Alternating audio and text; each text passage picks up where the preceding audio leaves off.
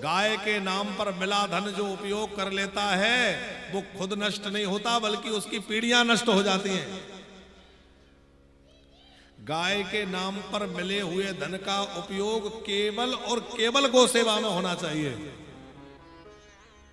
हम लोग अपने यहां गौ सेवा करते हैं तो हमने पूरा अकाउंट अलग बना रखा है और बार बार हम अपने कर्मचारियों को सावधान करते हैं, गाय का अकाउंट बिल्कुल अलग रखो। 1 रुपया भी कोई गाय के नाम से देता है बिल्कुल उसको अलग रखो। चूंकि हम लोगों ने एक योजना चला रखी है कि गो रोटी योजना, अभी गो हॉस्पिटल भी बनी रहा है, हॉस्पिटल का पूरा सेट वेट बन गया है वहां गौ माता के इलाज के, क्योंकि बेचारी गैया बीमार होती है तो कोई व्यवस्था नहीं, सड़क पर दुर्घटनाग्रस्त हो जाए घायल अवस्था में पड़ी रहती है, उठाने के लिए लोग नहीं मिलते, नगर पालिका के लोग उठा के भी ले जाएं तो बेचारी वहां दुख में पड़ी रहती है। तो हम लोग एक हॉस्पिटल बना रहे हैं जहां बीमार एक्सीडेंटल बूढ़ी गायों को इलाज किया जाए। अभी उसका सेट वेट बन गया है, उसका काम चल रहा है, बहुत जल्दी वहां गैयाओं का इलाज शुरू हो जाएगा। तो देखो क्या होता है, गैयाओं को किसान ने तो छोड़ दिया, अब वो मजबूरी में सड़क पे बैठेगी क्योंकि और कहीं जगह तो बैठने की बची नहीं। बरसात में मच्छरों से बचने के लिए, कीचड़ से बचने के लिए मजबूरी में सड़क पे आएगी। तेज रफ्तार में चलते हुए वाहन उनको ठोक करके टक्कर मार के चले जाते हैं, कोई पैर पे चढ़ गया, वो बेचारी गैया खून खच्चर हो जाती है, पड़ी रहती है। तो उन गायों को हम रेस्क्यू करके लाएं, उनका इलाज करें, उनके लिए वहाँ रखें, उनके भोजन पानी की व्यवस्था करें। तो उसके काम में हम लोग लगे हुए। गौशाला तो भगवान चलवा ही रहे हैं कई दिनों से, हॉस्पिटल भी निर्माण हो गया है और बहुत जल्दी गो इलाज वहाँ। अब बस थोड़ी सी प्रतीक्षा इस बात की है कि एक एम्बुलेंस हमें लेना है जो घायल गायों को उठा के लाके, जिसमें हाइड्रोलिक लगा हो और जिससे घायल गायों को लाया जाए। तो सबसे पहले हमें वो एम्बुलेंस की व्यवस्था करनी है और बाकी तो ये सब चल रहा है।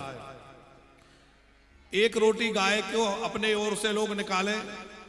अब बड़े बड़े शहरों में गैया नहीं मिलती तो हम लोगों ने एक योजना चला रखी, आप एक बार अपना संकल्प करके राशि जमा कर दें, 1 रोटी आपके नाम गोत्र से प्रतिदिन गौ माता को निकाली जाती रहे और गाय को 1 रोटी आपके नाम गोत्र से आपके परिवार की ओर से गैया को प्रतिदिन खिलाई जाती रहे। तो वो भी सेवा चल रही है। पर हमने अपने कर्मचारियों को स्पष्ट निर्देश दे रखे हैं कि गाय के नाम पर आने वाली जो राशि है उसका खाता अलग रखो। आश्रम की जो व्यवस्था है, बुजुर्गों की सेवा है और जो काम चल रहे हैं तमाम सेवा के, चाहे वो अखंड संकीर्तन का हो, भंडारे का हो, साधु सेवा का हो, उन सब का पैसा गौ सेवा में भले ही लग जाए, पर गाय का पैसा ना तो भंडारे में लगा सकते, ना यज्ञ में लगा सकते और ना और किसी काम में लगा सकते, वो गाय का ही है। आप लोग भी ध्यान रखना, गो सेवा के नाम पर मिले हुए धन का गलती से भी उपयोग मत कर लेना कभी। जो ब्राह्मण का धन है उसका कभी हरण ना हो जाए। भगवान श्री कृष्ण कह रहे हैं, नाहम हलाहलम मन्ये विषमय स्वप्रतिक्रिया ब्रह्म स्वामी विषाम प्रोक्तम नास प्रेतर भोवे। हलाहल विष पीने वाला व्यक्ति तो कदाचित बच सकता है, जहर पी लिया, समय पे इलाज मिल जाए, प्राण बच जाएंगे। मरेगा भी तो अकेला मरेगा, पूरा परिवार थोड़ी मर जाएगा।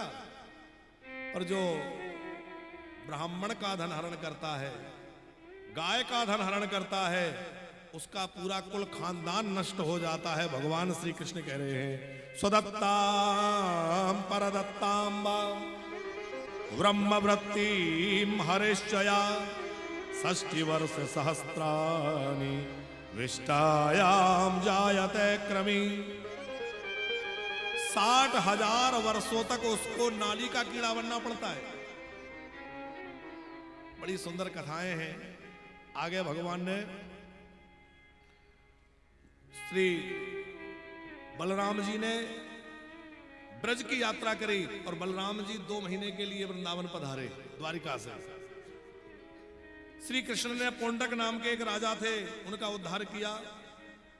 देव ऋषि नारद भगवान की दिनचर्या देखने आए, बड़ी सुंदर कथा है।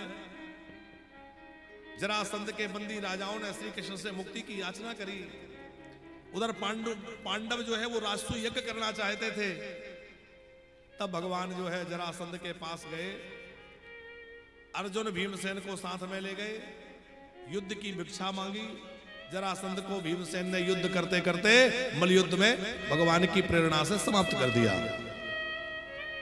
पांडवों का यज्ञ भगवान ने पूर्ण कराया और उसी यज्ञ में भगवान ने शिशुपाल का उद्धार किया, दंतवक्र का उद्धार